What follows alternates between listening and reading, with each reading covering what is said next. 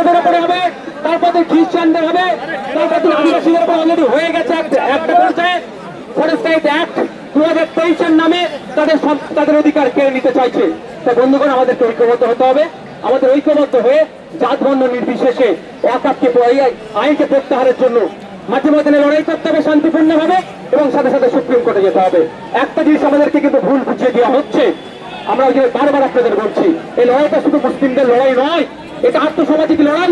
সংবিধানের উপরে আঘাত দিচ্ছে তাই লড়াই, সংবিধানের উপরে আঘাত দিচ্ছে। আপনারা আমাদের ঐক্যবদ্ধ হয়ে আমাদেরকে সংবিধানকে রক্ষা করতে হবে। সুতরাং কেউ যদি ধর্মীয় কাজ করতে চান, আমরা তার ফাঁদে পা দেবো না। বিজেপি তৃণমূল মনে প্রাণে চাইছে এটা ধর্মীয় লড়াই হোক, কারণ ধর্মীয় লড়াই হলে মেরুকরণের রাজনীতি হবে। বিজেপি ভয় দেখাবে, তৃণমূল বলবে বিজেপি চলে এসে আমাদেরকে ভোট দেয়। এরা দুজনে মিলে এরা যে বাইনারি পলিটিক্স, এটাকে সীমাবদ্ধ রাখতে চাইছে। তাই আজকে এই লড়াই আপনাদেরকে মনে রাখতে হবে, আর্থসামাজিক লড়াই। আর সাথে সাথে আপনাদের বলি, শুধু এই লড়াই এখানে থামতে হবে না। আমাদের রাজ্যে 26,000 ছেলে মেয়ের চাকরি বাতিল হয়েছে, মনে আছে? আপনার আমার বাড়ির ছেলেরা বিশ্বজিতের বাড়ির ছেলে হতে পারে, লক্ষ্মীদের বাড়ির ছেলে হতে পারে, আমাদের পরিবারের সন্তান হতে পারে। শুধু রাজ্য সরকারের অপদক্ষতার জন্য, ব্যর্থতার জন্য, এসএসসির পরিষদের ব্যর্থতার জন্য বারবার কোর্ট বলছে যে কারা যোগ্য কারা অযোগ্য সেই পৃথকীকরণ করে দিন। এরা পৃথকীকরণ না করার ফলে 26,000-এর মধ্যে যারা যোগ্য তাদের চাকরি বাতিল হয়েছে। সেই সমস্ত যোগ্য শিক্ষকদের আমাদের পক্ষে আমরা আছি, সেগুলোর ফন্ড আছে। আগামী দিনে রাজপথে তাদের হয়ে তাদের সাথে গলা মিলিয়ে আমরা আবার রাখবো। প্রস্তুত আছেন তো নাকি? আর একটা দুঃখের বিষয়, রাজ্য সরকার বলছে এই আইন আমরা এই রাজ্যে লাগু হতে দেবো না। ভালো কথা, এই রাজ্যে লাগু না হওয়ার জন্য দুটো দিক আছে রাজ্য সরকারের। একটা, সরকারের প্রধান হয়ে সুপ্রিম কোর্টে মামলা করা, উনি এখনো কিন্তু করছেন না। রাস্তাঘাটে পথে ঘাটে যারা আমরা যখন এই আইনের বিরোধিতা করে আন্দোলন করছি, আমাদের উপরে আক্রমণ করছে।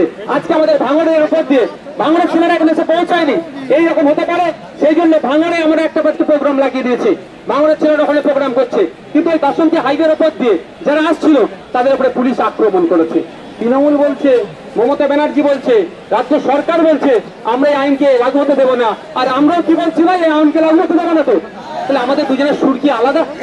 দুজনের সুর তো এক। তাহলে আমাদের উপরে আক্রমণ হলে কেন? আমাদের আটকাচ হলে কেন? এই বললাম না, যখনই রাজ্য সরকার চাপে পড়ে দিল্লিগামী ফ্লাইট ধরে, কোন দাদা দিদির সাথে কি সেটিং হয়ে যায় বোঝা মুশকিল। সব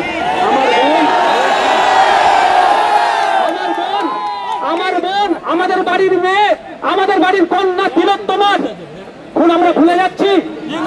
সেই সময়ও যারা দায়িত্ব ছিল তদন্তের, সিবিআই, অমিত শাহজির দপ্তর, সব গোল মিলিয়ে গেল। তো দাদা দিদি একে অপরের পরিপূরক, আমাদের সজাগ থাকতে হবে। আমাদের আজকের আন্দোলন নয় এটা, আমাদের আন্দোলন প্রয়োজনে 6 মাস 1 বছর চালিয়ে যেতে হবে। তবে হ্যাঁ, গণতান্ত্রিক প্রক্রিয়ায় আমি এখানে আবারও বলছি, যেখানে শান্তিপূর্ণ আন্দোলন হবে না সেখানে আইএসএফ থাকবে না। যেখানে শান্তিপূর্ণ আন্দোলন হবে সেখানে আইএসএফ উপস্থিত থাকবে। রাজ্য আমাদের, দেশ আমাদের, এই আইন আমাদের, সংবিধান আমাদের, আমাদের জন্যই তৈরি হয়েছে। তাই সংখ্যার জোর দেখিয়ে যদি কেউ সংবিধানের আইনকে পরিবর্তন করতে কেউ চায়, আমরা গণতান্ত্রিক প্রক্রিয়াতে, মাঠে ময়দানে থেকে গণতান্ত্রিক প্রক্রিয়াতে এবং কোর্টে গিয়ে, সুপ্রিম কোর্টে গিয়ে এই আইন পরিবর্তন করাবো। আর একটা কথা, সংবিধানের প্রণেতা, ড্রাফটিং কমিটির চেয়ারম্যান বাবা সাহেব আম্বেদকরের আজকে জন্মদিন। তিনি আমাদেরকে তার দায়িত্ব নিয়ে যে পৃথিবীর সর্ববৃহত্তর লিখিত সংবিধান দিয়ে গেছে, সেই মহামানুষের আজকে জন্মদিন। আজকে আমাদের ইন্ডিয়ান সেকুলার ফ্রন্টের পক্ষ থেকে তাকে আমরা বিনম্র শ্রদ্ধা জানাচ্ছি এবং তার দেখানো পথকে, তার আদর্শকে, বিভিন্ন মানুষের যে মহামানুষের আদর্শকে নিয়ে আমরা এগিয়ে যাই, তাদের মধ্যে একজন হচ্ছে বাবা সাহেব আম্বেদকর। আপনাদের বলবো, সংবিধান বাড়িতে রাখুন, সংবিধান পড়ুন, আর্টিকেল গুলো দেখুন, অনুচ্ছেদ গুলো দেখুন, তাহলে আপনার অধিকার কেউ কেড়ে নিতে পারবে না। এটা যুক্তরাষ্ট্র যুক্তরাষ্ট্র পরিকাঠামোতে আঘাত দিচ্ছে। শুধুমাত্র মুসলিমদের অধিকার নয়, সংবিধানের উপর আঘাত দিচ্ছে, যুক্তরাষ্ট্র পরিকাঠামোর উপর আঘাত দিচ্ছে। এটা আমরা কোনোদিন মেনে নেব না। তাই আমাদের লক্ষ্য হবে সংবিধানকে বাঁচানোর জন্য, যুক্তরাষ্ট্রকে বাঁচানো, যুক্তরাষ্ট্র পরিকাঠামোকে বাঁচানোর জন্য আমাদের এই লড়াই একসাথে লড়তে হবে। আমি একটা কথা বলে শেষ করে দেবো, আমার পাশে কি আছে? বিশ্বজিৎ মাইতি। আমার পাশে কি আছে? লক্ষ্মীকান্ত হাসদা, আমার পাশে কি আছে? সাবির বাবু আছে, আমার পাশে বিয়ারুল আছে, আমার পাশে কুতুব ভাই আছে, আমাদের নাসির সাহেব, শাহাবতী সিরাজি, আরো যারা আছে, আবার অনির্বাণ দা আছে, আরো নেতৃত্বরা আছে। তাপস দ্বারা সব মানে কোথায় ভিড়বার সাথে অনেকে উঠতে পারেনি। কেন এরা একসাথে আছে? যেটা মুসলমানদের সমস্যা হতো একসাথে থাকতো, সমস্যাটা দেশের, সমস্যাটা সংবিধানের আঘাত দিচ্ছে, তার জন্য একসাথে আছে। আপনারা এখানে আমাদের কর্মী সমর্থক ভিন্ন সম্প্রদায়ের আছে। মমতা ব্যানার্জি ওই জন্যই তো হয়।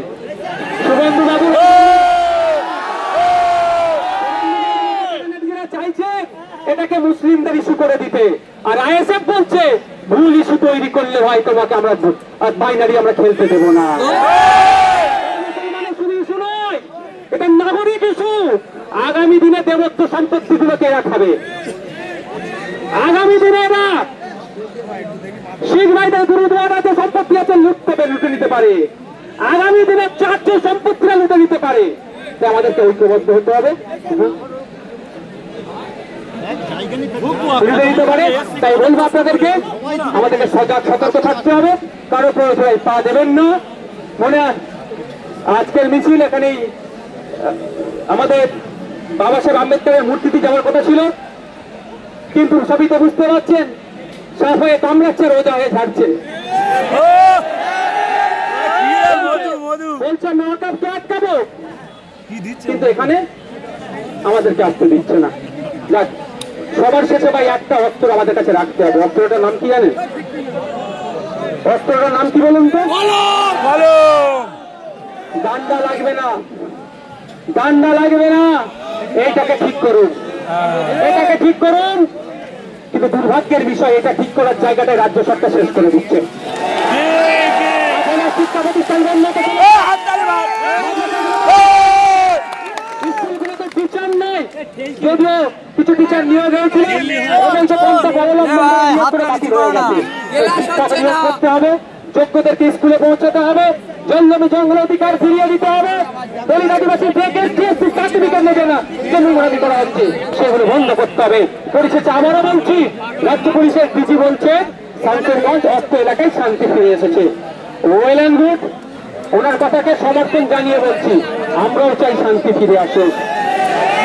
কিন্তু কেমন শান্তি ফিরে আসছে তখনই হবে যখন মন্দিরের ঘন্টাটা শামসেরগঞ্জে ঠিকঠাক বাজবে, যখন মসজিদের আজানটা ঠিকঠাক হবে শামসেরগঞ্জে, তখনই জানবো শান্তি ফিরে এসেছে। তখনই আমি বলবো শামসেরগঞ্জের এক মুসলিম মানা বলতে পারে রাতের ডুপ্লিকেট কেস করেছে, অত্যাচার চালিয়েছে, বা প্রশাসনের কেস করেছে, অত্যাচার চালিয়েছি, এটা বলা যখন বন্ধ হবে তখনই জানবো শান্তি ফিরে এসেছে।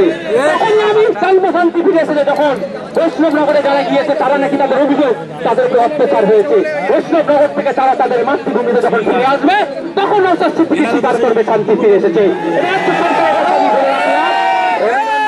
মন্দির মসজিদে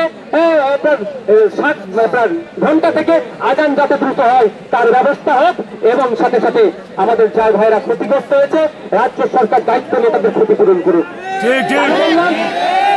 কেন বললাম? গোয়েন্দা দপ্তর ব্যর্থ হয়েছে। নওশাদ সিদ্দিকীরা মিছিল করতে যাবে কোন রাস্তাতে